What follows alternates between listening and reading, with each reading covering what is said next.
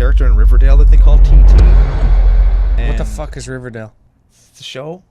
You haven't seen it, but her last name is Topaz, but I don't know what her first name is. I've been watching the show for 5 seasons. Fuck. I suck. All right. Hey, you're listening to Commander Cookout Podcast, episode 232. I'm Brando. I'm here with Ryan, and we're going to talk a little time spiral now. Hit our theme song!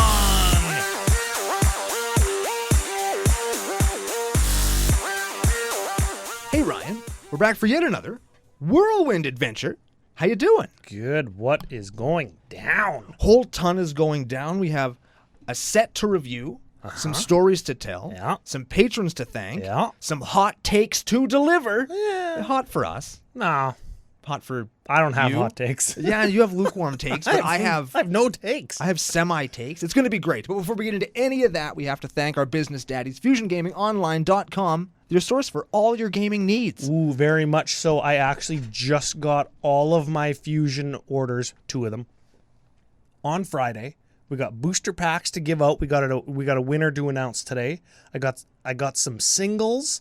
I got some stuff for altering. I got some stuff for my Avacyn Restored collection. Oh shit. Yeah, I got all kinds of stuff, all courtesy of Fusion with CCO Fusion 5 promo code for 5% off my whole order.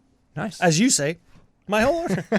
Arms flailing in the air for anybody who's not watching. And you fucking should be, because the YouTube show's great. Joe does a good job making us look semi-presentable. Yeah, just like my new haircut makes me look semi-presentable. If you want to get a look at that, check out the CCO pre-show, as you probably already should. Gives you the opportunity to win booster packs and get a little bit more CCO directly into your eye holes. Yeah, and your ear holes, and also any other holes. Yeah, any other holes that you want to put us in, if your phone or device of choice can fit. Yes. Even if it can't, I don't know. I've seen the internet stuff that doesn't always. Will this fit in places? That's a real website, I think. Probably. Do not Google that. Don't try and find out. That is your first don't Google of the week, I hope. Yeah, maybe the last. And maybe the most important. Yes. I actually got my orders from Fusion as well.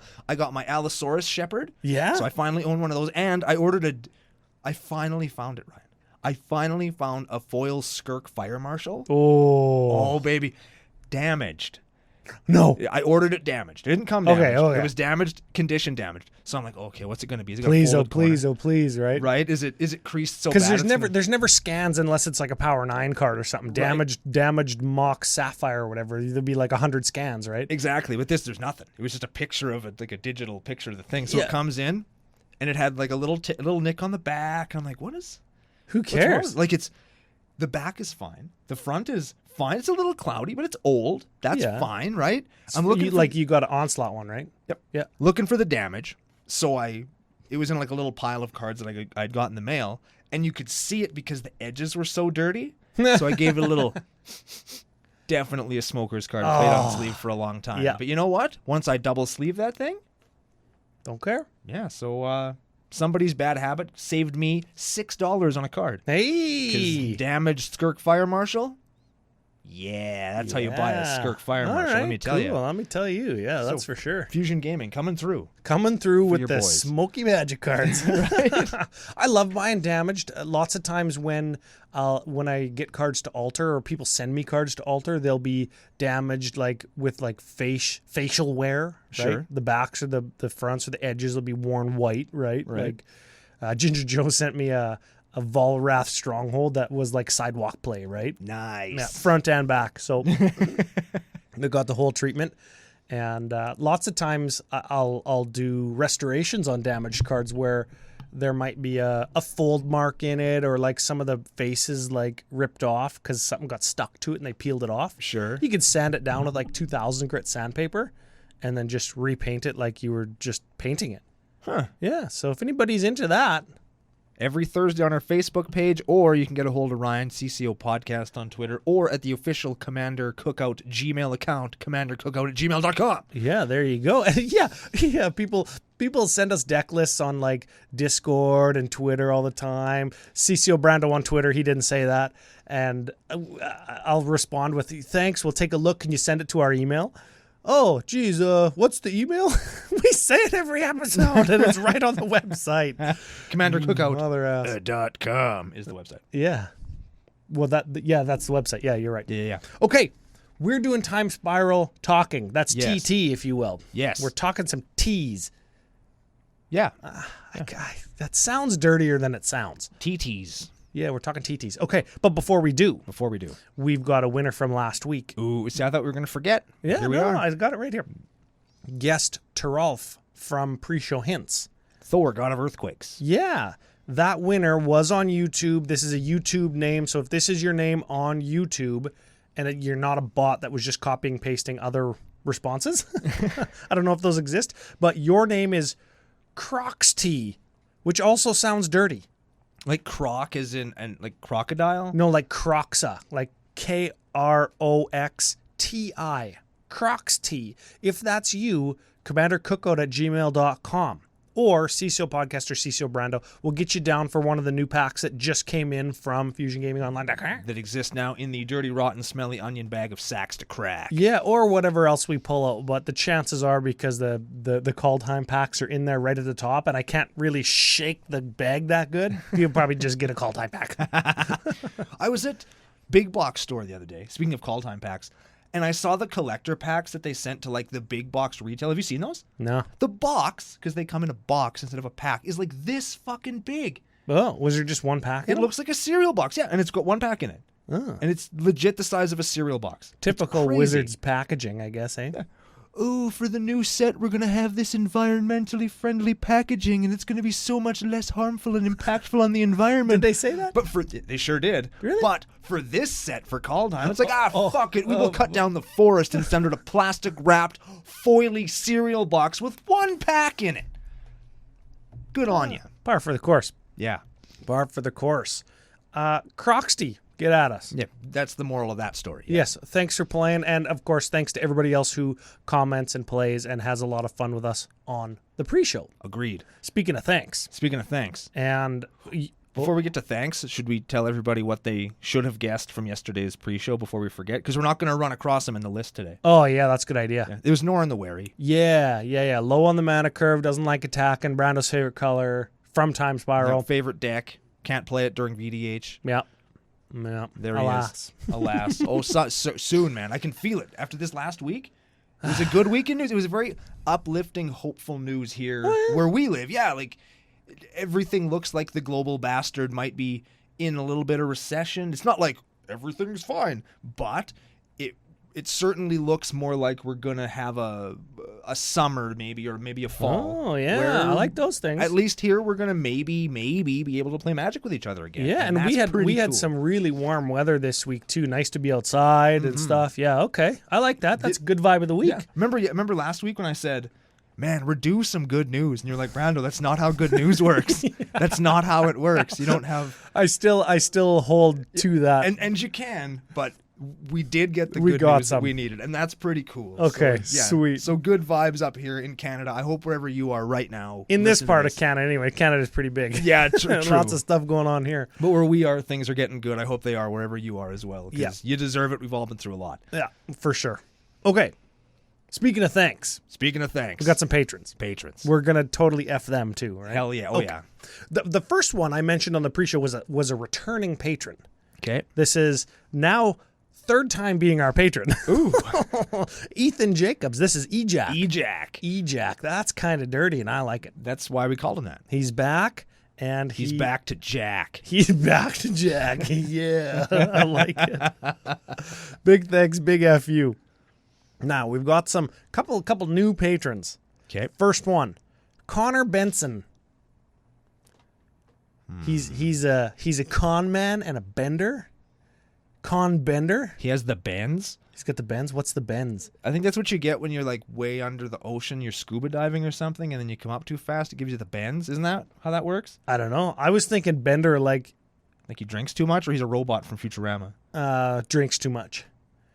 Par for the course for CCO, I guess. Maybe we'll meet him in Magic Fest Las Vegas or the first Magic Fest, and it'll just be a bender.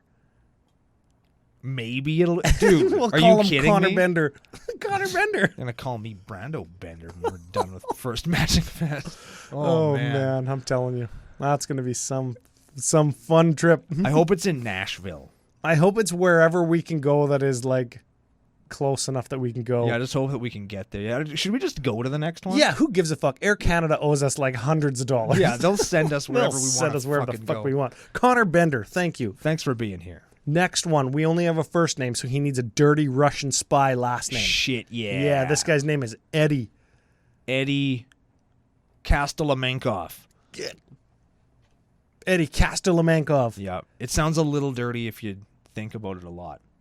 Yep. Because it's like casting something off. I don't know what a mank is. I don't speak Russian.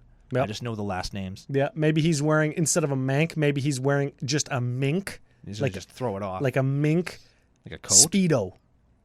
Not a coat. No, a Speedo. Mink Speedo. Eddie Castella Mink Speedo off. Yeah. That's a pretty long one for Joe to spell, but I'm sure he can piece it together. He can figure it. He's a smart guy. Big thank you and big F you. F you to Eddie. Next one. Tim McLaren. Like hyper sports car McLaren. All those seats with only one, those cars with only one seat?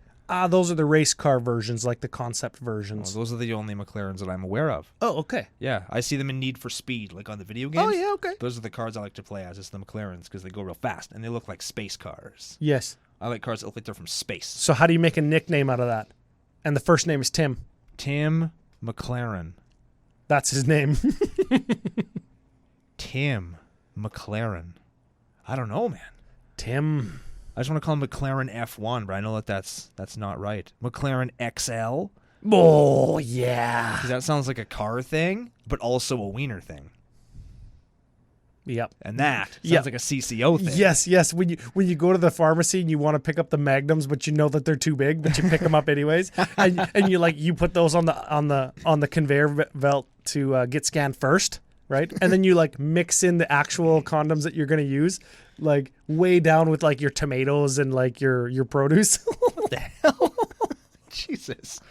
No, you never done that? I've never bought. No, I've never done that. Well, Tim knows what I'm talking about. Tim XL. Yeah, with a name like XL, he definitely does. Yeah, very much so. Well, he probably doesn't have to do the second part. He just puts the Magnums on the counter first. He's like, yeah, these are mine. I wear these I wear these. all the time. Just walk around with them on. Oh, well, Tim, big thank you, big F you. I feel like that'd be really uncomfortable. XL F you. To just walk around with a condom on all the time, just at work. Yeah, no, don't do that. Let's change the subject. Yeah, that'd be gross. We got one more, just because Okay. we're having a good time today. Paul Hemminghaus. What? That can't be his real name. That's his name. Unless I'm saying it wrong. Well, let's change it to Paul Hasselhoff. Because that's a real name. Yes, Paul Hasselhoff. Yeah. Pseudo-celebrity.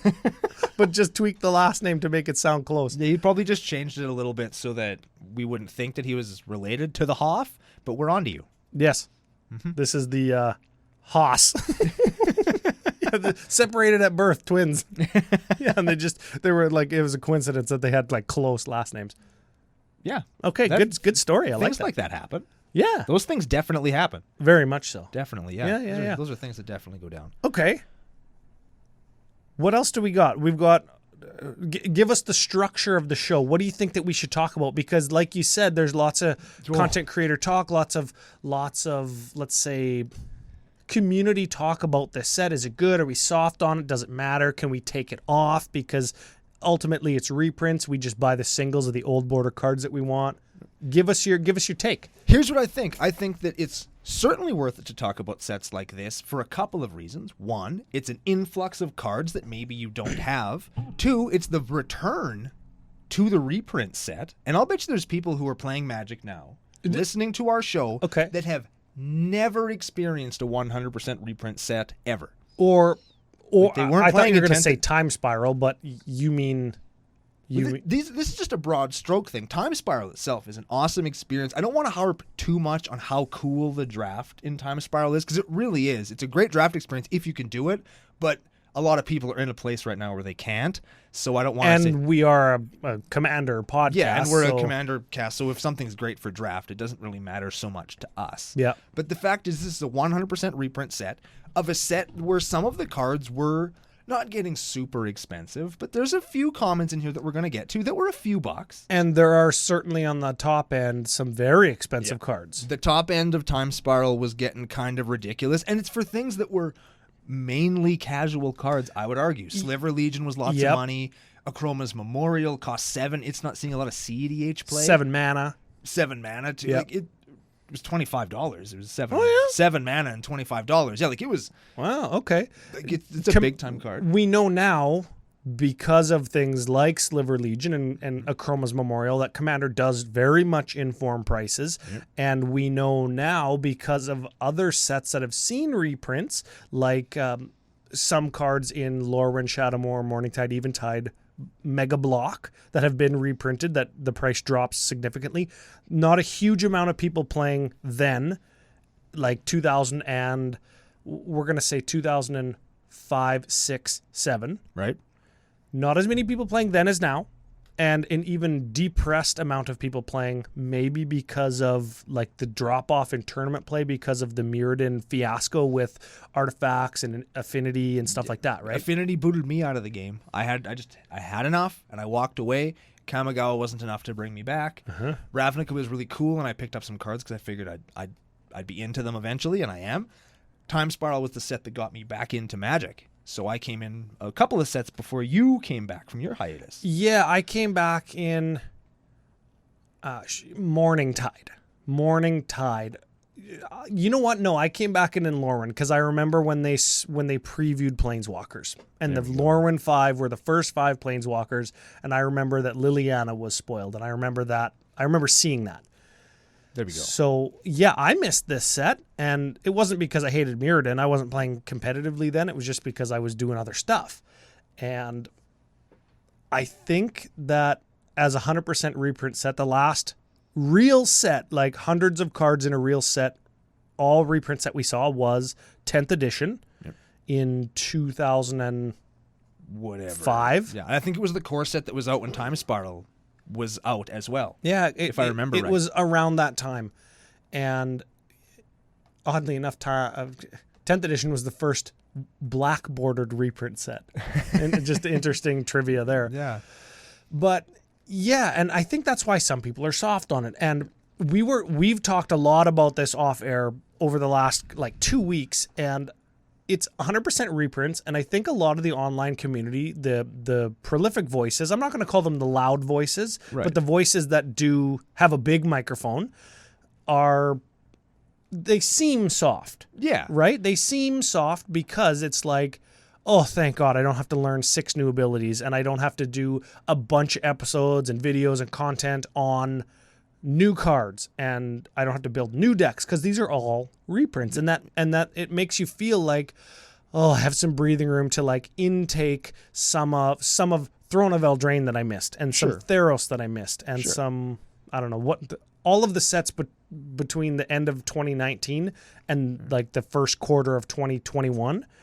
I've got some time to absorb some of that because I can take Time Spiral off, and I think your take was, lots of people looked at this Time Spiral, and lots of people saying just what you said, which I think is a fairly mild way of looking at it. It's fine to look at a set and say, hey, I'm going to take some time to look at something else.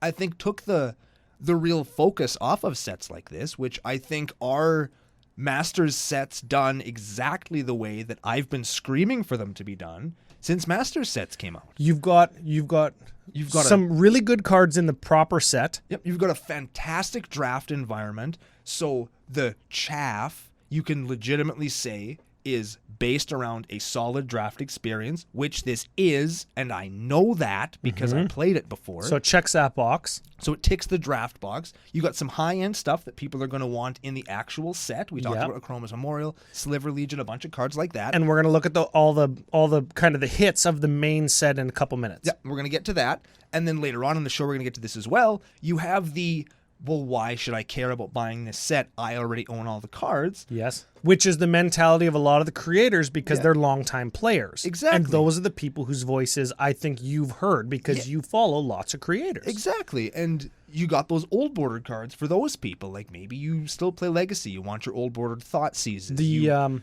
functional equivalent of the showcase cards. Exactly. Which we are always high on. Yeah. And the showcase cards in this set come out in old borders that me and Ryan both totally like. Yep. And they're totally cool cards. And really, we were talking about this off air. There's not very many duds.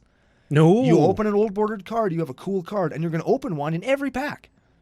Every pack? I think every pack has one. Sure. So that's pretty fucking cool. And getting back to what I was saying was I think that the amplification of content creators saying, this is a reprint set, I'm going to take it off, because it's been so long since a reprint set has been released like this one.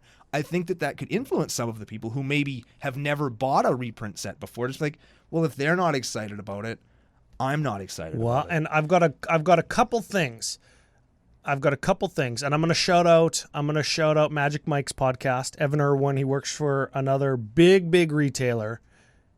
Sold out. Good. Sold the fuck right out.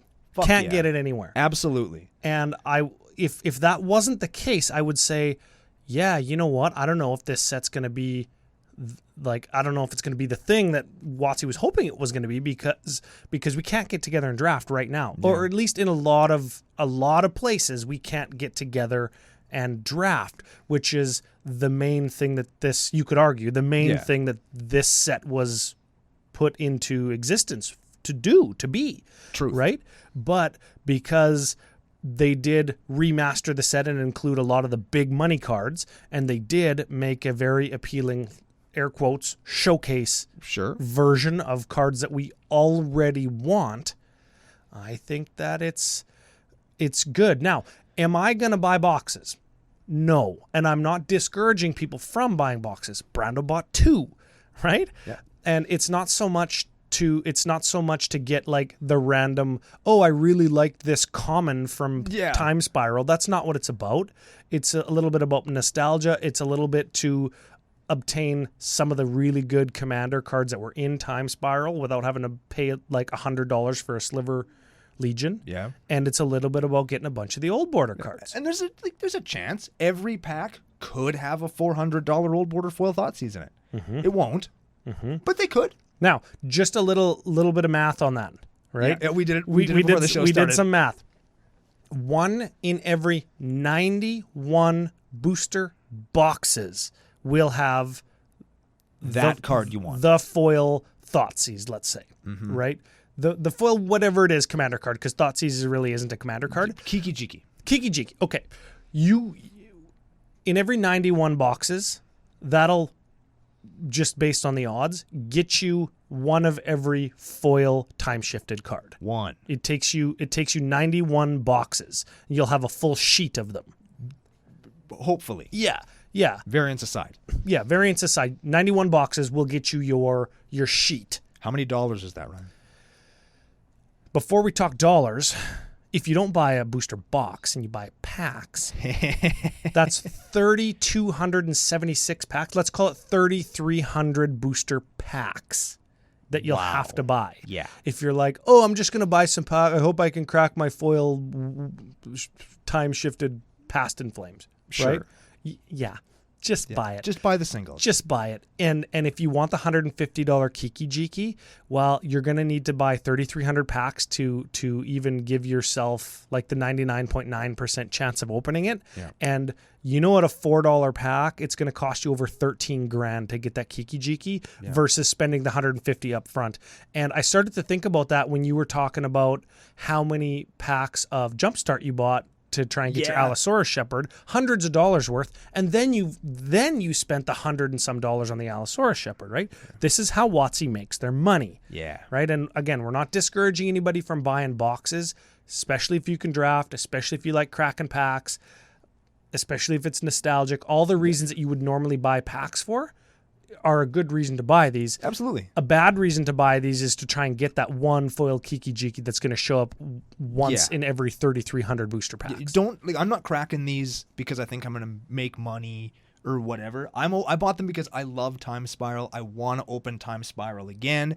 I'm going to get some cool trade fodder out of it. You're going to do some Brando Does Stuff videos. I'm going to do some Brando Does Stuff videos with them. I'm going to take the stuff that isn't for me, I'll trade it in and turn it into the stuff that I want. Yeah. And I think if that's what you're going to do, that's awesome. I highly recommend you to just buy a pack and crack it and open it and just enjoy that. Look at how cool your draft experience would have been with it, because it's really, really good. Yeah. It is. I buy 6 packs and do some sealed deck with a significant other, or like me and Brando could do a sealed deck against each other. We see each other all the time, touching eyeballs and sneezing into each other's mouths. That's how we do it. Yeah. It's the CCO greeting. It's not. No. But there's lots of reasons to pick up stuff from this set that we're going to get into in just a couple of minutes. But overall, I think that sets like this are a good idea. I think that they're a good idea, or the good idea that they are would have been better illustrated if they released this after Strixhaven. Oh, yeah? And the reason I think that is because, especially with shows like ours, where we're going to look at the Commander decks that come out and say, hey, you could take this one and add this and this and this and this and this to it and do this. The sets like this are where you're going to find the things that we're going to point you at. So when you go to upgrade the legendary owl that tells Link to go to the fucking mountain to talk to the Gorons, that's the only famous owl I know. We will say, well, you should put in an Aven Mind Sensor and a Pongify and an Amru Scout to do this and this and this. And you're like, well, where the fuck am I going to get one of those? Boom! Time Spiral. And there they are. You could make that argument about any reprint set, though. You could. We could say, here's the Time Spiral set. Put it in your, what's the set that just launched? Fucking the last the Norse set. But the Norse set. I'm picking Kaldheim. Fuck. I picked Strixhaven just because it's got the Commander decks in it. If you want to boost the Commander decks, here's some cool reprints to do it. Yeah, is just where I think it would have sat in the release order. But I'm not a marketing genius for cards. Yeah, and we don't know what else they have planned and stuff, right? Yeah. It's too obtuse for us to just take shots in the dark at. Yeah, maybe, why is this exactly where it is? Right? Maybe Triple Masters will come out then. It'll be $35 a pack. And did you touch on price point? Because this is regular ass price point, right? This is you buy a box, you get 36 packs, just like a regular box. Yeah, if you're going to buy packs, it's going to cost you the same as a thing. We were arguing because you were like, I love reprint sets. And I was like, you fucking hated the last 18,000 Masters products. Like, no, you don't. And you were like, well, no. This and this and this and this. And we heard each other's points. Yeah. And this is regular, like, retail price. Yeah. And I was like, oh, yeah, your big hang up was like, why do I have to pay for one good card in a booster pack?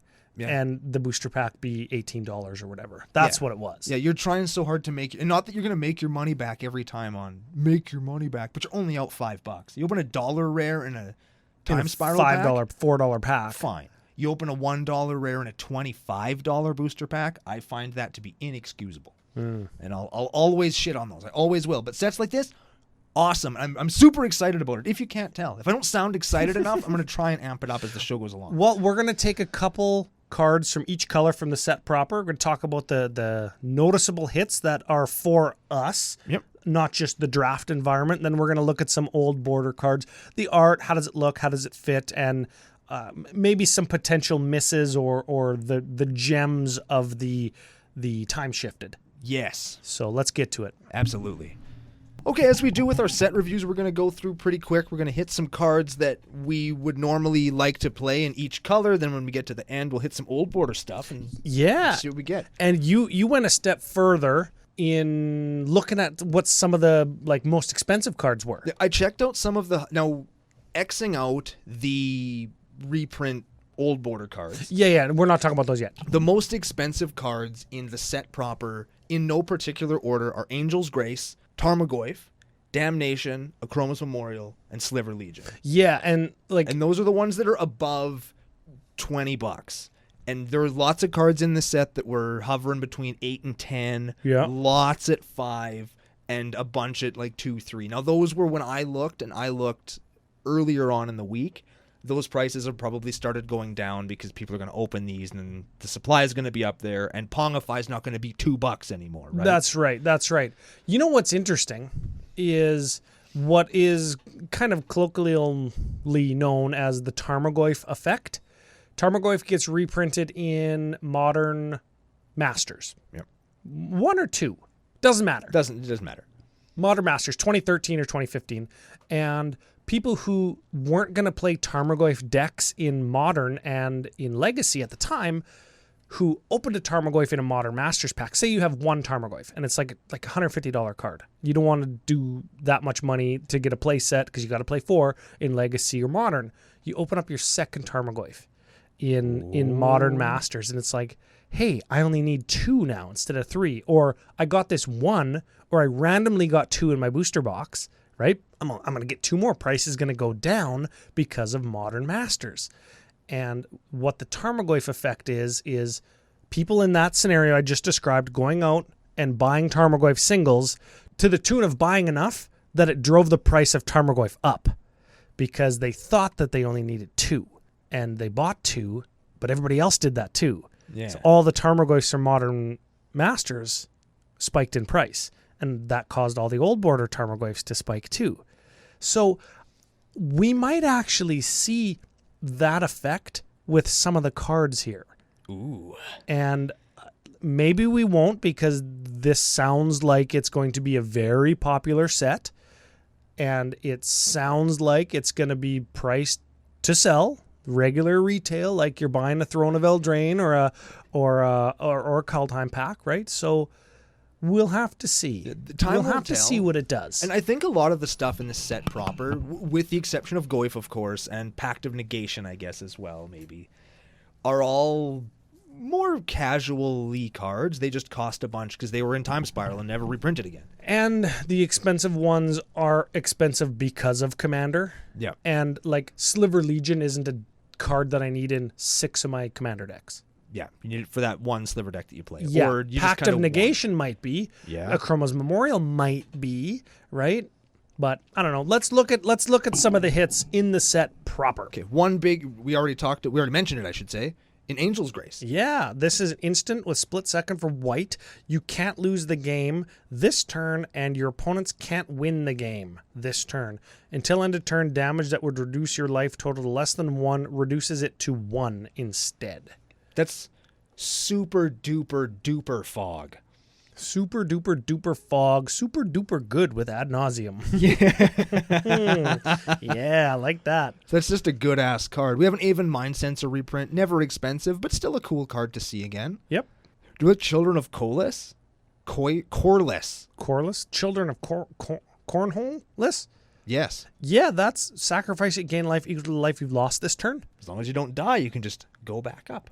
Yeah, I Cool like that. card. You know what I like better than that? Tell me. This was a Future Sight like deep cut back in the day because it's a riff off of Clergy of the Holy Nimbus from Legends. This is Knight of the Holy Nimbus. Oh, this card is so good. This is a 2/2 for white with flanking. So if it blocks a 2/2, it kills it because the blocking creature gets -1/-1. Yep. If Knight of the Holy Nimbus would be destroyed, you regenerate it. But then you can pay 2, and it can't be regenerated this turn, but only your opponents can pay that ability.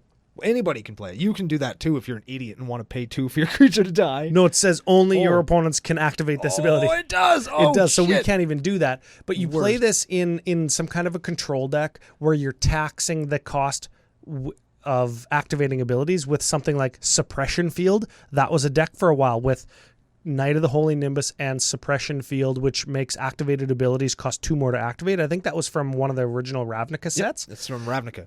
And even if you don't have that, you could play Knight and Clergy as like auto-regenerate blockers, because a lot of the time people aren't going to just want to spend 2 mana to kill your 2/2 2/2 with like a negligible ability in flanking. Yeah. Right? So I don't know if it's good. It's good for Commander, but I like it, and I did have the Clergy and the Knight of the Holy Nimbus Suppression Field deck. I did have that. Nice. That's just an old nostalgia for me, right?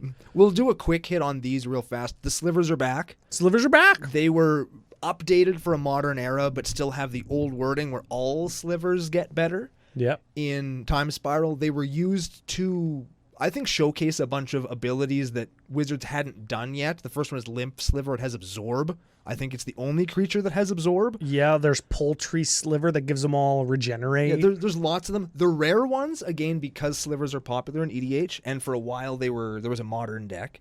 Slivers, the rare ones at least, were $3-4. The foils were quite a bit. Sinew Sliver, which is the white muscle sliver. Yep. Foils were like $9 or $10. Oh yeah. To the point. Well, and where you know what? You know what else too? And we'll mention this maybe a couple times. Sinew Sliver was a plane shifted or a color shifted sliver in Planar Chaos, Yep. and it had the Planar Chaos card frame. This is the first time we get it, I think, in regular card frame. Correct. Unless it was in. It was in the mystery boosters, but it still had the same old frame. Oh yeah. I think so. Was it in the Premium Deck Series sliver with the original frame? Nope, it wasn't No? in the So premium deck sliver. This might at have all. been. This might be the first frame sliver guy. Yeah. We have a Periphery Nodes. That's Drop of Honey. Drop of Honey in white. Again, another planar chaos card that was only in that it was kind of just discolored. It was just a different color of white card. You know what I mean? Yeah. Now it looks like a traditional white card for anybody who really kind of focuses in on what their card frames look like. Yes. Right? Really quick, Stone Cloaker and White Mane Lion. Those two cards kind of get played together sometimes, right? Yeah. We have a Temporal Isolation, I think is a cool one. Another common. Not hard to find, but still neat.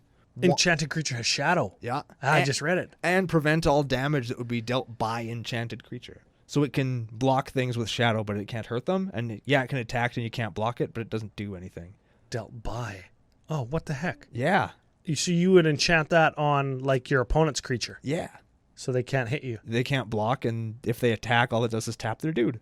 Okay. It's cool. I actually like that. It's a neat pacifism. I like it. And it's got flash. It's got flash, so you can do it at instant speed. That's actually a good removal spell for like an Enchantress deck. They play with their commander and they want to damage you with it. Like maybe not commander damage you, but if their commander's got 5 power or flies or something, it's a good attacker.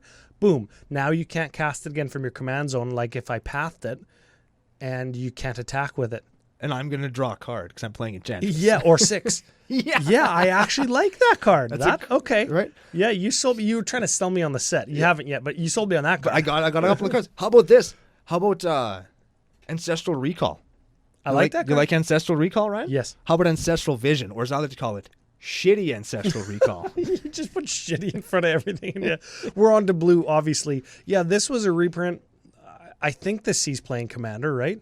I know that Smitty plays this. He'll drop an Ancestral Vision like on turn 1 for blue, suspend it for 4. Who gives a shit if you got 5 cards in your hand like when it goes off? Because you're drawing 3 cards. Yeah. It suspends for 1 and you draw 3 just a few turns later. Yeah, very good. That's a cool card. I don't know if they reprinted the whole cycle, but there's Living End or Living Death. There's that was reprinted. Wheel of Fate, which reprinted. Is Wheel of Fortune is reprinted.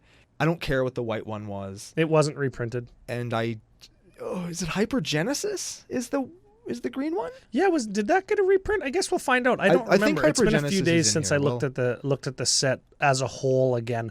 But going through the rest of the blues, we got Draining Welk. That's a cool one. Yeah, counters a spell on a creature. How about Dreamscape Artist? I think people sleep on that one. I think they do too. This is a blue card.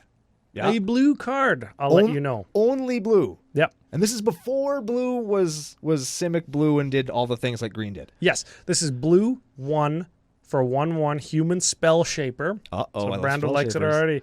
Blue 2, tap, discard a card, sacrifice a land, search your library for up to 2 basic land cards, put them onto the battlefield tapped. Oh no, just put them onto the battlefield, then shuffle. So that's Harrow. It's Harrow. In blue. Yeah. That's awesome. That's very cool. And this was originally from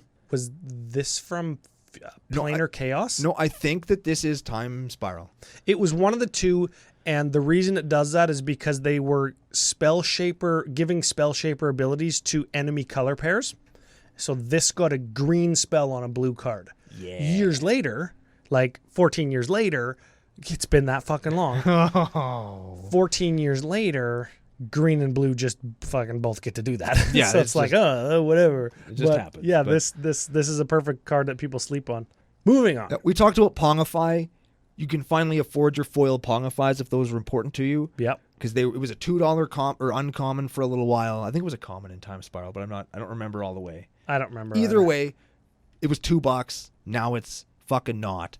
And the foils, if you could find them, were 4 or 5, and now they fucking won't be.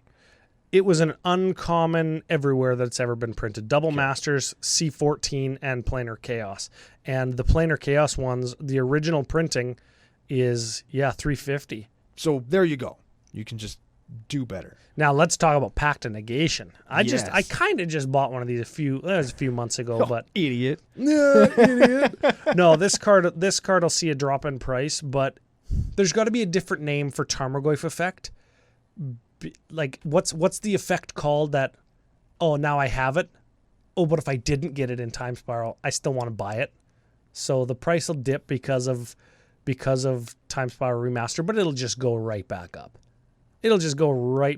That's just how reprints kind of work. Yeah, I suppose. You only get, just because I don't want to dump on my MTG finance homies, but there's a lot of people who look at these as investments, and so the price doesn't stay down for long, but the price will come down, and I think it'll stay down depending on how long this... Not on that card, man. It's a free counterspell. Yeah. Free counterspells. Look at every other one. There's a lot of history. Get them now. Yeah. Is what we're saying. We got a Teferi and a Venser, both very good cards. Both very... well, Teferi's got like a shitty lock built right onto him, right? Yes. And Venser's just good. Venser's just good. Yeah, he counters stuff that's uncounterable, right? Because you return the spell to their hand. Yeah. All right. We have Vesuvian Shapeshifter. That's a clone with Morph that you can flip face down sometimes if you want to re-flip it over to turn it into something else. Vesuvian Shapeshifter is really, really cool. Walk the Aeons. I see Ryan looking at that. It's got the classic Time Walk dudes on it. Yes, this is Jeremy Jarvis did the art on this in likeness to Amy Weber's Time Walk half-muscled, half-skeleton dudes.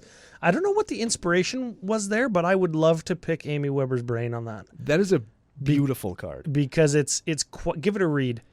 Walk the Aeons is a sorcery for blue 4, buyback of sack 3 islands. Oh, yeah. And it says take an extra turn after this one. Target player takes an extra turn after this one. Yeah, and I clicked on it. I clicked through the image of the card to see what it costs. And this is a $10 card. Yep. And the reprint from Remastered is $7.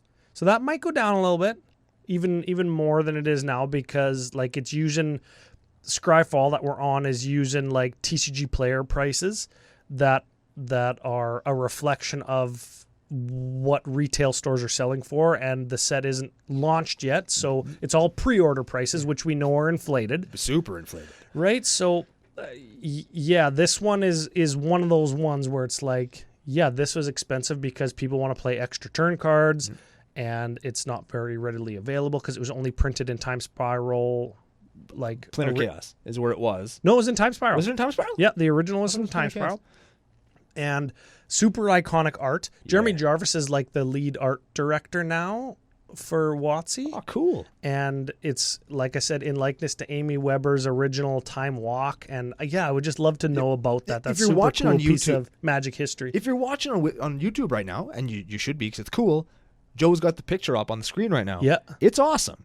Yes. So just for the art and the fact that, again, it costs more than the pack you bought. There it is. And it's just one of the rares. Yeah, it's just a right? rare. And I mean, there's lots of rares that we didn't talk about that don't cost fucking more than the pack. Sure. So again, don't invest, but it's one of those. It's not a dud like it would have been in a master set that cost you $25 for your pack. Yeah, I suppose. You're right. Okay. We got Big Game Hunter is another one coming up. Yeah, onto black. That lets you kill a dude, right? Yeah, and it has Madness for just black. Again, there was one of those cards that was creeping up in value because you could only get it in the old school set. Yep. Here you can get it for less. I think it saw a reprint, didn't it? Is in Commander 19. Doesn't matter. Doesn't matter. Oh, but here's one that does matter. Oh, people are pissed about this. Dang old nation. Oh, damnation. But it's mythic. It's damnation. Yeah, you know what? The but it's mythic or but it's common, but it's on like whatever rarity it is. I would argue for me, and I know that I'm speaking for lots of people who do this. Rarity doesn't actually matter. It only informs price slightly. Yeah.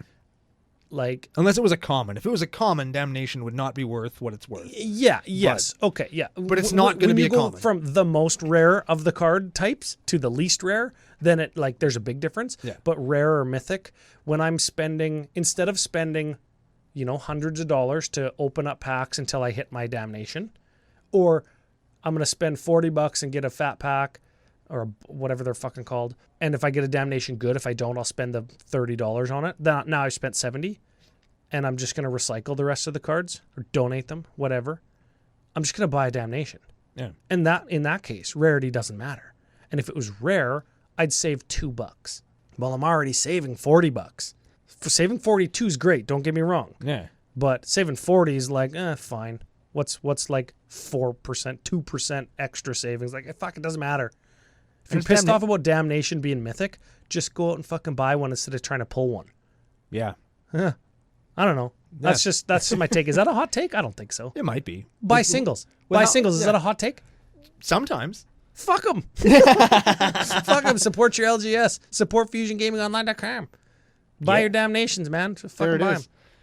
Dread Return got a reprint. Death Spore Thallid got a reprint. Yeah, what the fuck? They had to do Thalids. That was a thing in Time Spiral. Right? It was. And Death Spore Thallid's one of those cards that I think people like. Not for EDH, but Extra Pate's another one of those ones that you're going to be able to trade in at your LGS or to your buddy. Yep. That's a good-ass card. Not for EDH. That's instant speed. You don't get, like, counter-target reanimation spell. I suppose. That's instant speed, like, your Living Death is, like, not very good anymore.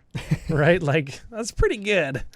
I guess. That's like, get all your Relentless Rats. You fucking pack up your shit, buddy. That's pretty good. Maybe better than I thought in EDH. What a Grave Scrabbler. That's a cool one, too. It's a Grave Digger, but it has Madness. I actually do play that card in at least one deck. Used to be two. I pair it alongside Zombie Infestation, where you discard 2 cards to get a zombie, and then I just like Madness it for black 1, and I reanimate something. And you get the other card you discarded back. Yeah, there it is. That's cool, man. Well, you raise dead. It goes back to your hand, but you still get it. Sure. Yeah. We got Living End. We talked about that earlier. That's Living Death, but you suspend it for black 2, and you suspend it for 3 turns. That's fine. So it works a lot better when you have that Damnation. Yes. You can Damnation before it goes off if you need to. No, you can't, because suspend. Well, you do it the turn before, and then you wait. Oh, yeah, okay. But then, of course, you're helping your opponent. You know what? I like Living End suspended. Don't cascade into it in Commander. I like suspending it in Commander and just seeing how it just fucking twists the game into a different dimension. Like everybody's just like attacking and blocking non-profitably and just sacrificing and discarding willy-nilly, like tutoring for something. And then playing a card draw spell, then discarding what they tutored for, right? And they're just like, yeah, this is going to be so fucking good. Everybody's lips or mouth is just watering. And then you go, okay, remove my last time counter, cast Living End, and somebody counter spell. Oh, the whole table just goes onto tilt mode. Hey, or you just counter it. Like, not too much value for you guys. I'll counter my it. own shit. I'll spend 4 and then at least 2 more. Counter my own shit. No, I'll pact a negation it, so I gotta spend 5 more. I'll spend 9 mana just to fuck with you guys. That's the best. That is the best old time in Commander right there. Welcome to Commander Cookout Podcast, baby. Man. There it is. That is the shit. Let's talk about a reprint that inextricably they changed the art, and now I hate it. Mirror the Curse? Mirror the Curse. I don't know what's going on with that art, What is man. this? What? Joe, on YouTube, please put up the OG Mirror the Cursed, and next to it put up the new Mirror the Cursed. And everybody look at the art. The card's fine in itself, but like, why would they change that? I think that Mirror the Cursed, she was like color shifted, or she was color shifted or whatever from. She was one of those what if cards where they different dimension cards. What if Miri? I think she's the Evan card. She's Ascendant Evan card, I think, isn't she? No, that was color shift to whatever.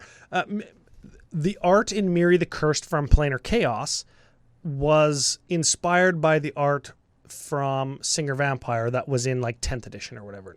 No, that doesn't make sense because the timeline doesn't line up. She was inspired by Singer Vampire, maybe the original art. Sure. I don't know. I read a thing on this like 100 years ago. That's how old we are. And they wanted something dark and kind of in the shadow with a generic background, like to make it feel old school, scary vampire. Like think of Singer Vampire original, think of Nosferatu. Like that's what they wanted. Yeah. And that was really cool at the time. And people of that era, like yourself and me, really appreciate that Miri the Cursed art. And kind of what it means, how she was like Krovax the Cursed, but now it's Miri the Cursed because they were both part of the Weatherlight. That's maybe what you're thinking. Yeah, there we go. And she's what if she didn't get rescued or whatever when they fell off the boat in Wrath? I don't know, whatever it was. This new Miri art. No, she's just an asshole cat. Shows her jumping out of the Weatherlight. That's what that is. Yeah. This is a very modern Magic piece. I hate it. Of course you do. Hot take. I hate it. I hate it. You know what? I don't think you're alone. I think that people wanted to see the original art on a lot of these cards. I think that does give it a modern kind of look for people who maybe like Miri, the character, the story, that maybe wanted something else. Fine. Yeah, it's like when they redo muscle cars into like modern form. You know what I mean? The Charger, the Challenger, Camaro, Yeah, I hate that too. Mustang. They all got kind of updates in like the mid 2000s. Moving along, this set, I would argue, is a gift to Magic players. It's a gift. It's a incursion, an infusion, if you will, of really cool cards that maybe you wouldn't play in your casual Commander decks. And there's even a gift for my scumbag aristocrat playing brethren. Oh yeah, Yeah, you play. it's something for everybody. You play butt gasp in your aristocrats. Sure. You play reassembling skeleton. Yeah. Now you can, for less money, play Nether Trader. Nether Trader. I got just destroyed by a Yawgmoth deck in Vegas that played Nether Trader and its ilk. This is a 1/1 spirit for black with haste, shadow. Sounds with that haste sounds a lot like Bloodghast, doesn't it? Yeah. Okay. Whenever another creature is put into the graveyard from the battlefield, why doesn't that just say die? Whenever another creature dies, that's weird, you may pay black. If you do, return Nether Trader from your graveyard to the B. You just pay black and you get it back when something dies. Yep. Neat. That's cool, right? Yeah, so you sacrifice your own guy, your aristocrat, your whatever, to Yawgmoth, draw a card, put a -1 on something, right? Yep. Get your Nether Trader back. Yeah. And sack it again. Do some more. I was going to say, yeah, aristocrating. could you sacrifice like your Nether Trader and pay black and like, because it'll trigger? No, it's another. Oh, another, yeah. You can loop it, I think, with a... No, you can't loop it with a Bloodghast. There is a loop you can do There with is a Nether loop Trader. because, yeah, with Yawgmoth, you can put like a -1 counter on something and get your Nether Trader back, and then the thing will die, so you can like sacrifice... I don't know. Yeah, there's loops, and it's very powerful. Big surprise to everybody that Yawgmoth's powerful. I don't know. Okay, moving on. What else do we got in black? There's Slaughter Pact. That's the 0 cost. It is black. Destroy target non-black creature, but if you, during your next upkeep, you got to pay black 2. If you don't, you lose the game. Yep. This is a good card. It's a cool card. I don't know why people don't play it. I don't either. I don't play it. I don't play it either. What the hell? Yeah, what the hell's the matter with us? I own one. I own 4. Oh, I don't know why I don't play this. man, I can play it. I can play 4 of them in a deck. Wait a second. Oh, hang on a second. Goddamn. Wait a second. Sudden Spoiling. Check that out. That is a good ass card right there. Black 1, split second. Split second. Have we explained what that does? You can it's fast. All you can do in response to split second is morph creatures and tap mana. Nothing else can go on the stack on top of it. Yeah. So when you play it, it fucking happens. Think of Interrupt if you're 100 years old, or Yes. Mana Source. Yeah. So Sudden Spoiling has split second. Until end of turn, creatures target player controls lose all abilities and are 0/2s. Yeah. That's Make a some fucking good 0/2s, man. Stop your Crater Hoof's dead in its track. Black Counterspell. Blounter Spell. one. There's also Smallpox and Sudden Death and Strangling Soot. Lots of good removal in this set. Yeah, man. It feels a lot like original Time Spiral, doesn't it? Feels a lot like Modern Horizons too. Shadow and Split Second and Morph and man, we've seen so many, haven't we? That's what brought me Delve on Tombstalker. Spoiling of Delve. No, it wasn't Spoiling of Delve. Delve was an old thing, wasn't it? No. No, Delve was was new. Tombstalker. Because there was lots of stuff with Delve in Time Spiral. But the point is, this is the set that brought me back to Magic. Because it was all things to look forward to and stuff I already knew. Yeah, That was the appeal, right? It's not really an ability, but it's a creature type spell shaper. We know what that does. Tap a mana, play a spell, but it's an activated ability, right? So yeah, lots of throwbacks. Oh, here's Flashback on Ancient Grudge if we move into red. Oh, you skipped the most important red card we should have talked about already, which is the CCO preview card, Chroma Angel of Fury, baby. Yeah, sexy Chroma, as you called her. We called her Brand Chroma. I think we should have called her a Chromo. Yeah, Brando, but a Chromo. That's what I think we should have called her. Anyways. Moving along, we got Conflagrate if you play Modern Dredge. I think that's still a deck. Yeah, I just like Conflagrate. There's Boom, Bust, and Dead and Gone. Both are... Your favorite cards? They're fucking terrible, and I hate them, and I can't believe I mentioned them, but I will here because, unfortunately, they're playable. Fuck. Okay, so here's something that I only ever seen one person ever mention on Twitter, and it was long enough ago that I don't remember who it was, so sorry. This is Grinning Ignis, a 2/2 elemental, relevant creature type there, for red 2, with the ability of red, return Grinning Ignis to his owner's hand, add colorless, red. Okay? Put this in your Burgy God of Storytelling deck. That is infinite. Infinite enter the battlefield effects. Yep. Right? So if you have a Perforos out, it's an instant kill. Yep. Because you can just get the red from your Burgy to activate the ability. Then you get colorless, red to cast your Grinning Ignis again, to get the red to bounce it, to play it again, to get the red to bounce it, to play it again. You can infinite enter the battlefield. And I think I've tried to make this card work in Animar, but I have to continue to just have a red up. I have to make red in some way, and I don't have a way to make infinite red in the deck anymore. Yeah, I had a way of doing it with Intruder Alarm, but there's better things to do with Intruder Alarm. Yeah, right? I was trying to make Grinning Ignis work for so long until Ancestral Statue was printed in like cons, or I want to say Betrayers of Tarkir, Saviors of Tarkir. I don't know if that's it either. It doesn't matter. The second Tarkir set, the one with the shield and the crossed swords. I don't care. Yeah, Ancestral Statue just doesn't. I don't care. Yeah. Moving on. But the point, Grinning Ignis is also a really good Storm enabler as well. Yes. And there's lots of Storm stuff in the set. There's Empty the Warrens, there's Haze of Rage, there's Grape Shot. There it is.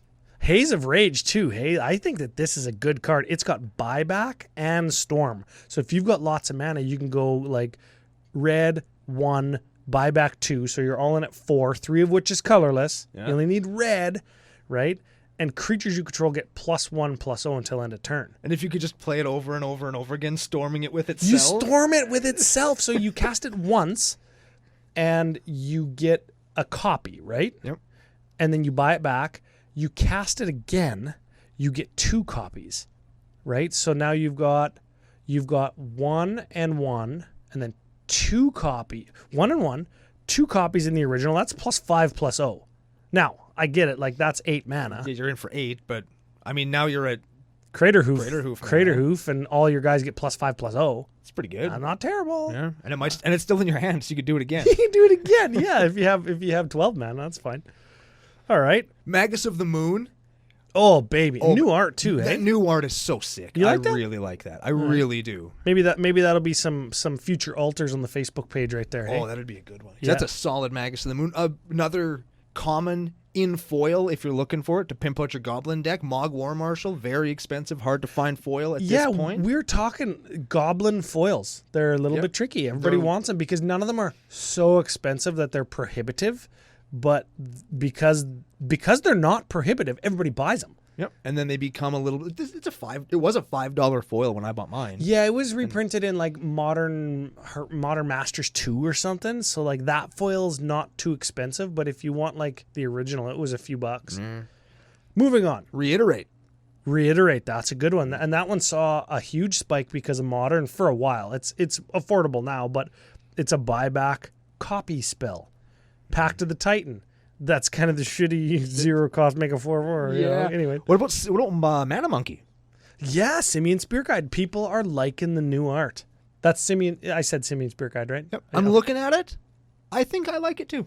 That's pretty King Kong, hey? Yeah. I think if I opened up a Mana King Kong, I think I'd play it instead of my Simian Spirit Guide.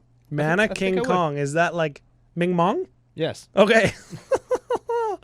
I like that art. It's very jungly. He's like giving off some mana stink or something. And he looks more like a mana-giving card than the other one that looks like a monkey that was going to punch you in the face. Because that card never punched anybody in the face, really. I don't know. It was there to abuse other things and go into the graveyard.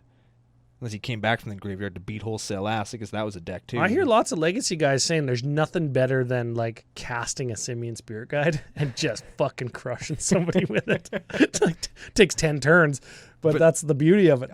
That's why it's so better. Yeah. Wheel of Fate, we talked about that. It's you don't want to pay thousands of dollars for Wheel of Fortune, Yeah. and you don't want to take the time to figure out how the hell Wheel of Misfortune works. We have Wheel of Fate. Yeah, and this is another one that really is going to fuck with the table, hey? Suspend 4 before you draw 7, discard 7. Yeah, and everybody's going to just be blowing their spells, and then you just fucking counter your own spell. Yeah. Hey, how come you're not doing nothing? How come you're not doing nothing? I don't know. Whatever. No, whatever. How many cards in everybody's hand? I don't know. 2, 4. All right, I'll counter this. I got 6 left in my hand, losers. All right, on to green. How about one of the more... even I, as a time spiral connoisseur overlook Heartwood Storyteller. This is a cool spell. It's a 2/3 tree folk for green 1. Whenever a player casts a non-creature spell, each of that player's opponents may draw a card. Yeah, I like that. I like that card, and I forgot all about it until it was reprinted here. Is that a group hug card, or is that a each of that player's opponents may draw a card? Remember when I built that? Do we just play creature deck? Yeah. Okay. It's just you can play it with your Beast Whisperers and your other stuff. If I open one of these, I'll probably slap it into my Mutate deck, just because I play mostly creatures in there, right? So draws me some cards and my opponents do stuff. Yeah, cool. I Okay. think that's pretty neat. I like that. At 3 mana, you could power that out on turn 2 in green, and then they're like mana rock. Oh, guess we draw a card. Yeah. Enchantment. Oh, guess we draw a card. And it's not one of these. Somebody ones drops a Ristic Study, and you're like, ooh, really? I guess I'll draw a card. I guess I'll draw a card. Buddy. You don't have to pay one. Hypergenesis we mentioned earlier. Oh, and that's a fun one in Commander too. Starting with you, each player may put an artifact, creature, or enchantment or land card, like they're going to put a fucking land card, Right. from their hand onto the battlefield. Repeat this process until no one puts a card onto the battlefield. Yeah, I like that one. Have you ever seen a round of the table where somebody fucking misses? Because it's the best. Oh, man. Where it's like you, boom, and then somebody goes boom, and then somebody's like, Ah, fuck, I only got 2 planeswalkers in my hand. I don't have anything. And everybody just looks at them like, you son of a You bitch. suck. Oh, man. That's great. Your boy Morgander Petroglyphs gets reprinted. Muruganda Petroglyphs finally out of the OG future shifted frame. Yeah. Creatures with no abilities get +2/+2. That's a gooder. Get some. That's a gooder. Summoner's Pact. Here's another one that I play. This is a 0-drop. Search your library for a green creature and put it into your hand. At the beginning of your next turn, pay green 2. If you don't, you lose the game. Guess what? You lose the game because I find my best creature. Yeah, the game's already over. The game's fools. already done, yeah. How about Goyf? Remember we were joking about what if they reprint Tarmogoyf? This is first instance of the original art in the regular frame. The original, what the fuck is that art? We don't know. I have no idea what that is. I don't know where its face is. It's got an arm. You can clearly see it has an arm and a hand because it's holding something at the end of an appendage. Yeah. But I don't, like, if it's got shoulders, then what the hell's that other thing sticking out of it? What's this big black blob right in the front? Is he looking at this thing? Does it have eyes? I don't even care. Okay, but you can get a Goyf for the first time in 15 years in a regular price booster pack. There it is. And for some people, that's a big deal. I think it's the cool question that they did is Goyf and Foil Goyf same pack? Is that still the God pack? I think it's got to be like No, it's Thoughtseize and Foil. it's foil. Thoughtseize. it's foil Thoughtseize and Sliver Legion. I think is the God pack. Yeah, you're I probably think that's right. what it is. Moving on to the multicolored. One more card I want to touch on because this card is ridiculously expensive and it's not going to be after this set comes Okay. out. It's Utopia Mycon. That card's expensive. Yeah, it was. It was like $10 or $15 for a foil, $3-4 for. Really? Yeah. Oh yeah, $4.50. Yeah, like it was big money and it's one of those cards it shouldn't be. It's Saka Saproling, add a mana of any color to your mana pool. It's just a cool card for Saproling decks, and now it's accessible to everybody. I love that. That is good. Yeah, because it's like in Saproling and Fungus decks, it's like Phyrexian Altar. Yeah. Yep. Now that card's good. Yeah. I don't know if you know. That turns out. That's a gooder. Gold. Gold cards. Gold cards. Hey, we're going back to old school. Nobody calls them gold cards anymore. Hey, they call them multicolors. These are gold cards to us old guys. We've got a Drownu Lich Lord. Hey, check this out. Karavik the Merciless. Yeah, everybody loves Karavik the Merciless in their group slug shenanigans. Oh, yeah. No, nobody likes him. Original likes him. original Joyra. Original Rata. Those are time spiral cards. And right? Rata, if you look at this, somebody pointed this out to me on Twitter the other day. The Safi Eric's daughter, where you can see Eric in the background. Yep. And then you can, if you look at the Eric from this last set here, and look in the background of his art, you can see Safi. Yeah, they're yeah. That's a cool thing, man. And OG Rata, like Ryan was saying, Abs Rata, Absda, Yep. Radsda. Either way, I'm into her. I like her a lot. I thought she was going to be way more badass in the books than she was. She's pretty badass. She's badass enough, but not badass enough for me. Oh, I want sure. I want Rata Planeswalker. That's what I want. Yeah, sure. Sliver Legion, we've made it. We've got there. We did it. This was $100. I honestly didn't think they were going to reprint it, but then I started seeing the slivers. I'm like, oh, they're going to do it. They're going to do it. Oh yeah, as soon as I saw the first sliver. And then they did it. Yeah. This is so fucking cool. I'm so happy now that my sliver playing brethren can finally add this to a deck, hopefully at less than $100. And maybe I'll finally be able to get my fourth foil. We've got Future Sights at $105. Pre-order prices for the Legion from Remastered, $60. I would expect to see it settle at $50. Excellent. That is less than half of what it used to be. Yes. And sure, it's still $50, but it's not 100. Fucking half. Yeah. Right? Like, so if you want to play it, now might be the best time to do that. We talked about earlier, Ochroma's Memorial. That used to be $25. Here's two really good ones. Hit me. Two really good ones that people should be jazzed about. Cloud Key and Gauntlet of Power. Shit, yeah. Those are gooders. The only reprint we've ever seen of Gauntlet of Power was a Kaladesh Masterpiece, which was more expensive than the one from Future or Time Spiral, right? Which was like $30, $35. And Cloud Key was getting expensive too. This is a 3-drop that you choose a card type. It was $36. Yeah. Right? Choose a creature type, artifact, creature, enchantment, instant, or sorcery, and the chosen type costs 1 less. Very cool. That is a good one. It lets you cast whatever you want for less. We've got a Lotus Bloom, and I think the last one of note, maybe Stuffy Doll, but that's seen some reprints, so I don't think it's expensive. Stuffy Doll is as close to Brash Taunter as we're going to get in the set. Yes. So we call him Shitty Brash Taunter. Shitty Brash Taunter, yeah, sure. Lands of note, Dryad Arbor was expensive. We got some storage lands. Gemstone Cavern, people are happy about. They were a fair bit. They're the one with the luck counter. If it's in your opening hand, right? You can. And you're not going first. It has to be in your opening hand, and you can't be going first, and you have to remove another card from your hand to begin with it in play, and you have a Wooburg land. Yes. On turn 0. This is how the turn 0 deck, Flash deck, would win. Yeah, that's cool. It was with a Mana Monkey and with this thing. And in Commander, you have far less percentage of a chance to go first. 25% chance to go first instead of 50. That's half. And is this coming into play with a luck counter on it better than a Mox? No. Because it comes into play before the Mox would. And it taps for any color. But the Mox will give you whatever color that it is, which is probably the color that you need, every single fucking time, instead of tapping for a colorless. No, it's only in the situation where it comes in with the luck counter. Is luck counter Gemstone Mine better than a Mox? Well, yeah. We can call Gemstone Caverns Shitty Moxen. You went the long way. I don't even know if it is because it... Oh, but it doesn't take your land drop because it's already in play. Yeah, it's already in play. Also, it's Gemstone Caverns. This is where the Mox come from. That's where that's what the thing I always thought was. Oh, okay. We're getting Care Keep, and the Cobalt token. It's happening. Yes, and we got the Llanowar Mentor Llanowar token. We talked about that. Very cool. And Swarm Yard. Remember when you bought your Swarm Yard for $20? Foil one? No, I didn't get a foil one. Oh, you didn't get a foil one? Well, I did, but it wasn't $20. Shit. Anyways, Urborg and Teleria West, and Vesuva. Those are the last lands we want to talk about. Just because they're expensive, they all see play.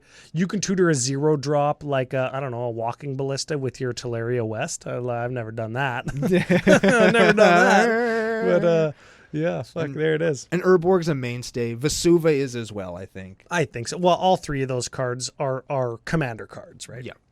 Now, moving on to the old border cards. Holy shit, we're going long, hey?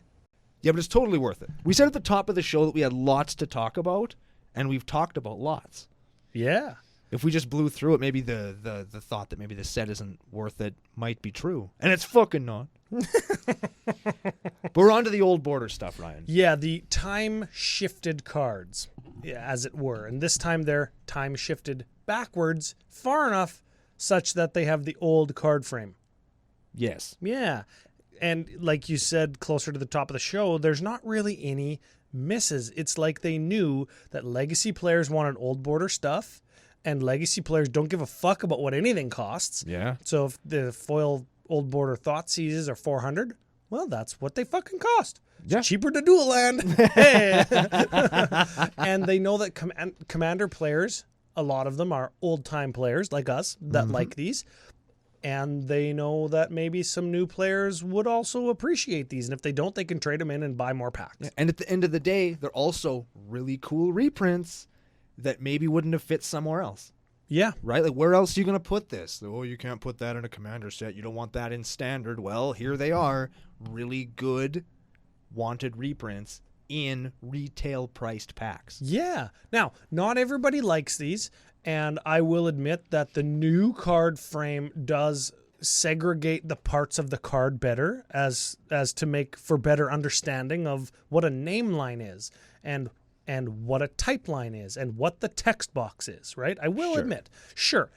My only criticism with the old border cards, rather the cards in Time Spiral Remastered that got the old border treatment, is that some of the more modern looking like digital art looks like it's overlaid or superimposed on top of the card frame instead of the frame going around the art to make it look like I'm looking into a picture frame. Correct. Because the old border cards very much to me do look more like a picture frame as opposed to a Magic card. It looks more like a piece of art with a frame around it rather than... It looks like a...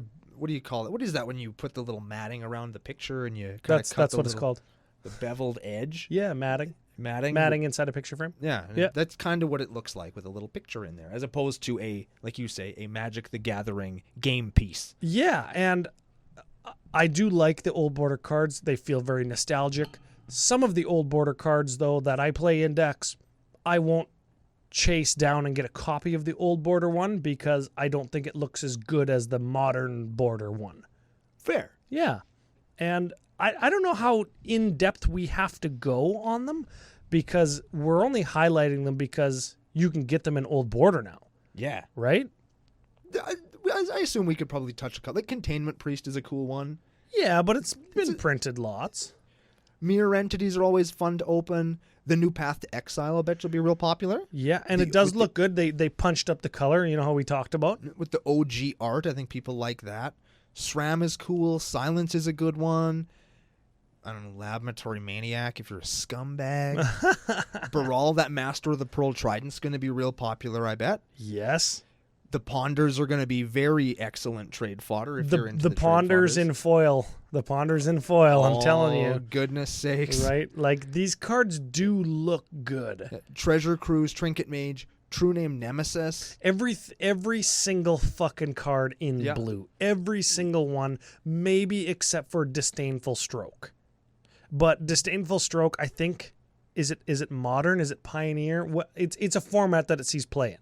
Yeah, I'm gonna maybe Pioneer. I don't play Pioneer, and I don't see a lot of Disdainful Stroke, so maybe that's where it is. Is it just Commander because it counters something with CMC 4 or greater? Do you play it?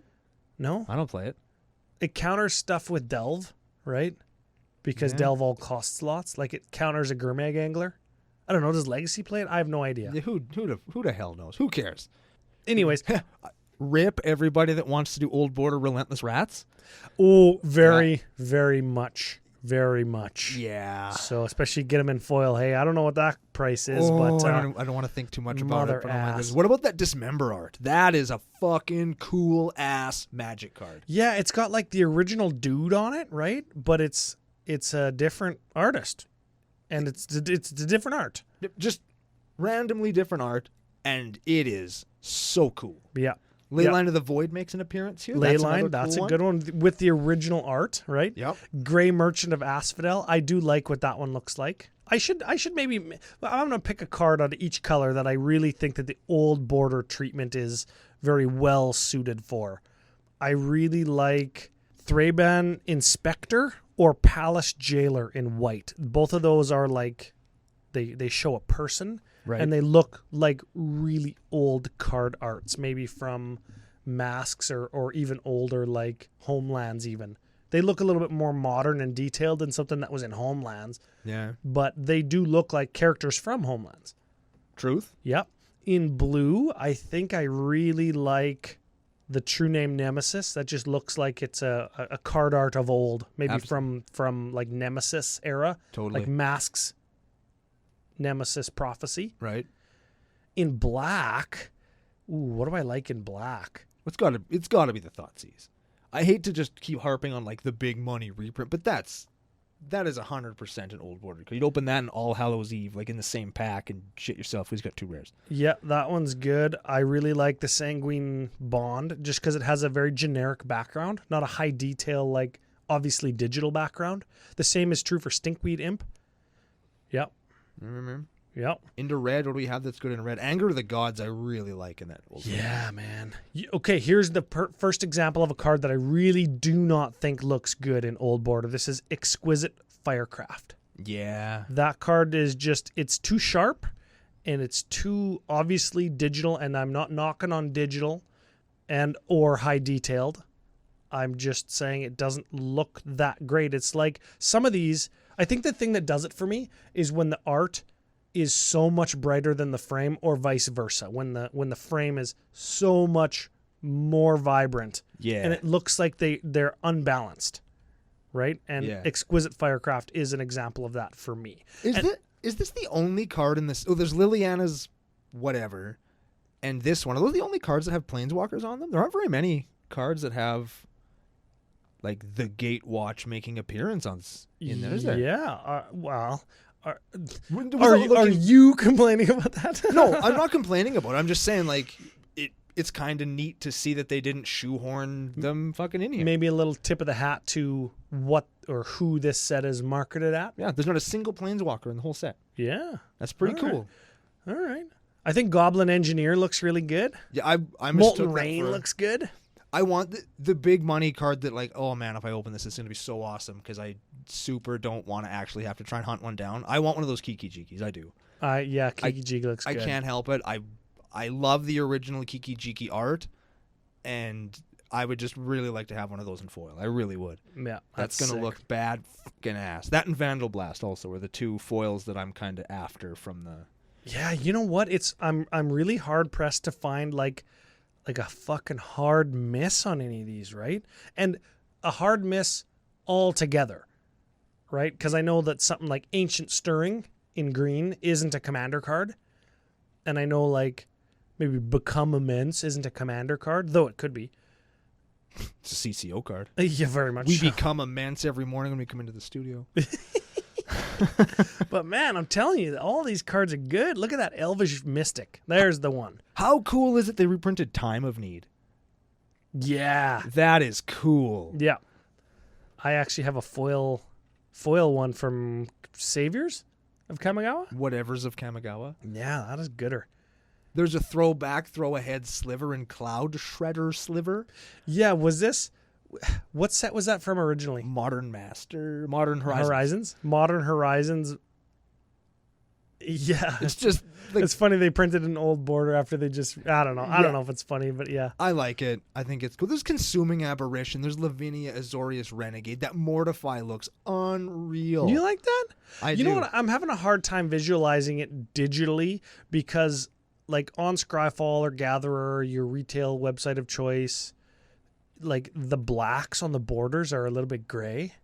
Like they're like 95% black. You know what I mean? They're not Venta black. Yeah, it's hard to tell what the borders look like because the frame around them, it's hard to tell what the card frame looks like because the border around that on my computer screen isn't fucking black. You know what I mean? Let me hit you with something. Sure. Mortify. Yeah. What did that guy say that mortified him to that extent? I don't know. Like, what did somebody else say? Like, is he listening to Commander Cookout Podcast and he's like, "Oh my god, these guys! Oh my god! Did they just what? 3 CMC mana rocks are playable? What do you mean is that what the nuclear option really is?" If you remember that from last week. Yesterweek. Yeah, man. I don't know. What about some of these arties? Chalice of the Void, Crystal Shard, you said was probably the best example. The Crystal Shard is hands down the best example of a card that looks like it has always been an old frame. It's got the generic background. It's a traditional medium piece. It's just a thing. It's just a fucking thing sitting in a blue thing. Yeah. Leveler is another really good example that looks like a piece from Urza's Saga block, right? Very cool stuff. We got poopy art on Solemn Simulacrum. Yeah, the old school art. They used the original art for all these throwbacks, hey? Maybe because that was the closest they could get to making it look like it's old, right? Except for Stinkweed Imp. They used the new one for Stinkweed Imp. Oh, that's the only art I thought there was. Yeah. And how's about the fucking only Artifact Land Ancient Den? Yeah, I love that so much. But I think that's a teat. Remember? Planar Chaos, Future Sight, it was all here's what we might do in the future. Maybe. Just maybe. They're hinting. This is Wizards hinting, saying, we printed Ancient Den. You'll have to watch out next year when we do Kamigawa Remastered, and you'll get your Seat of the Synod. Yeah. Here's Lorwyn Remastered. You get your Great Furnace. Yeah, maybe. Maybe they're picking all the sets that have expensive foils, eh? Well, I think we talked about it off air, maybe on the show. It's been a hot minute since we started the show. It was all before the show. Where we talked about there was that kind of lull. Oh, it was also on the show. Yeah, the lull in Magic in between, let's call it Kamigawa, and I think the end of Alara, probably when Zendikar picked up. Yeah. I feel like a lot of those sets now have lots of gems that people are just kind of discovering because they're in that in-between time of the super pushed shit of now and the really broken shit of yesteryear. In between, we had all these sets that had all these really cool forgotten gems in them, and they're just...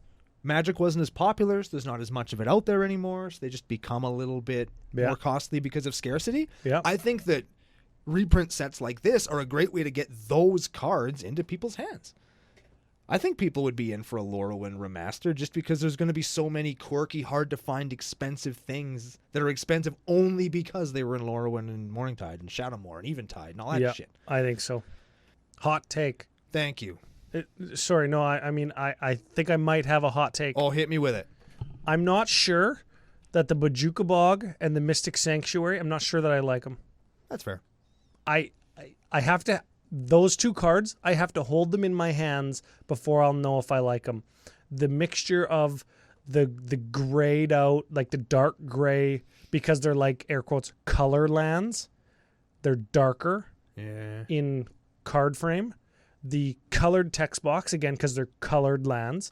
And then the pseudo gray-black border on a computer screen is like, not sure.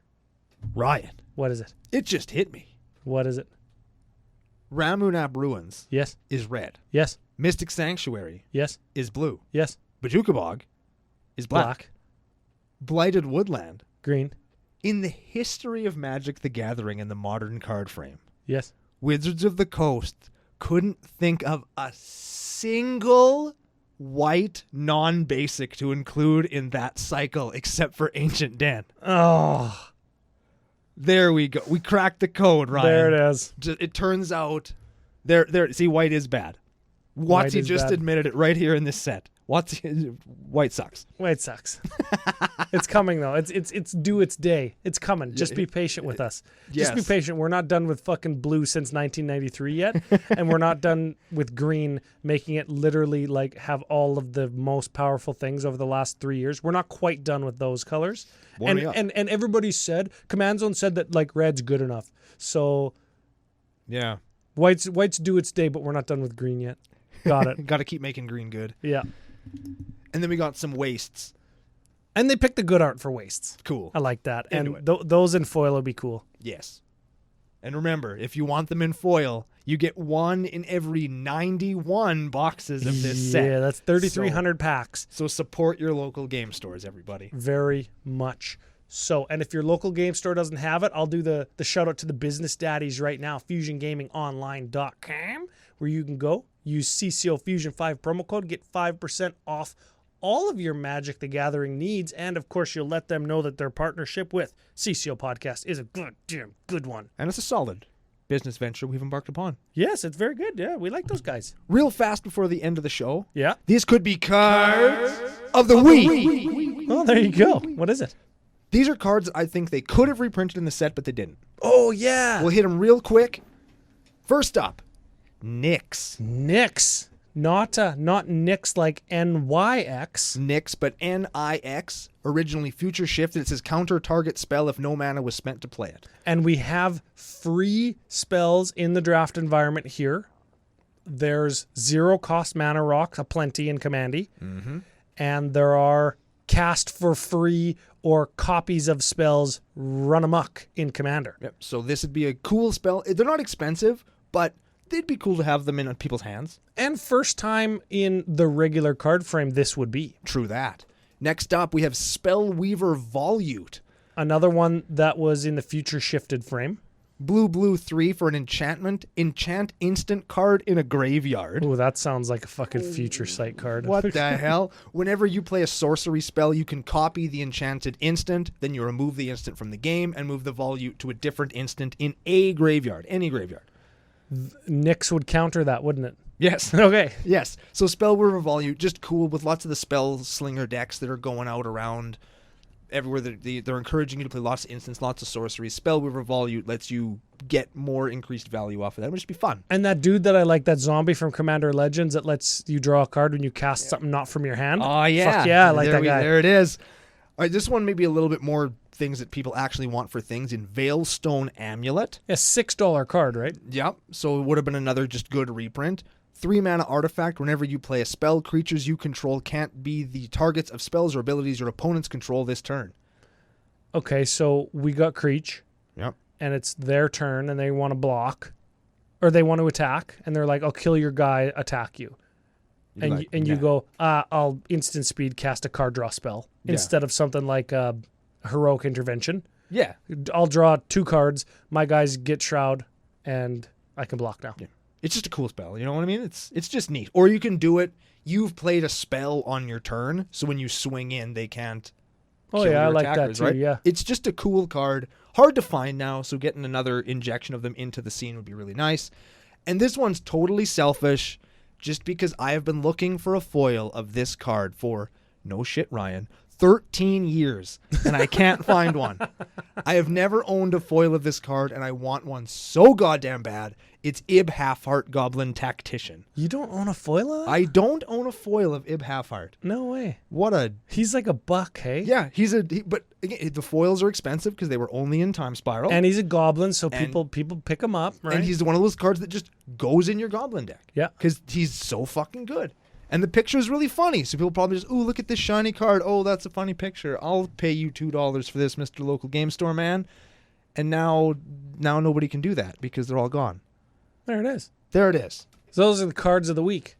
Cards of the week, all 4 of them. You can get them at FusionGamingOnline.com, like I said. Using special promo code CCO Fusion 5. That's it. There it is. So there's the set. I hope we sold it on you. We ran a little bit over time, so we'll make it very brief. I think sets like these are great for the player base. They're great for the new players who don't necessarily have these cards yet. It'll give them an opportunity to pick them up. That's the biggest thing, I think. There's so many new players, even in the nation, right? We whenever we play VEDH with anybody, besides like fucking Chris Von Doom or some shit like that, it's like, oh yeah, I've only been playing since like Zendikar Rising. It's like, whoa, really?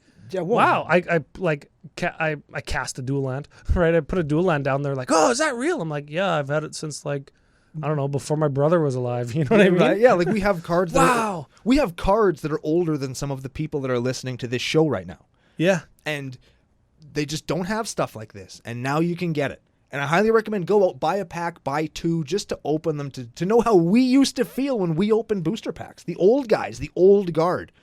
All those people that are gatekeeping your hobby, now you can know how it felt, and you can gatekeep a little yourself. Oh, don't do that. No.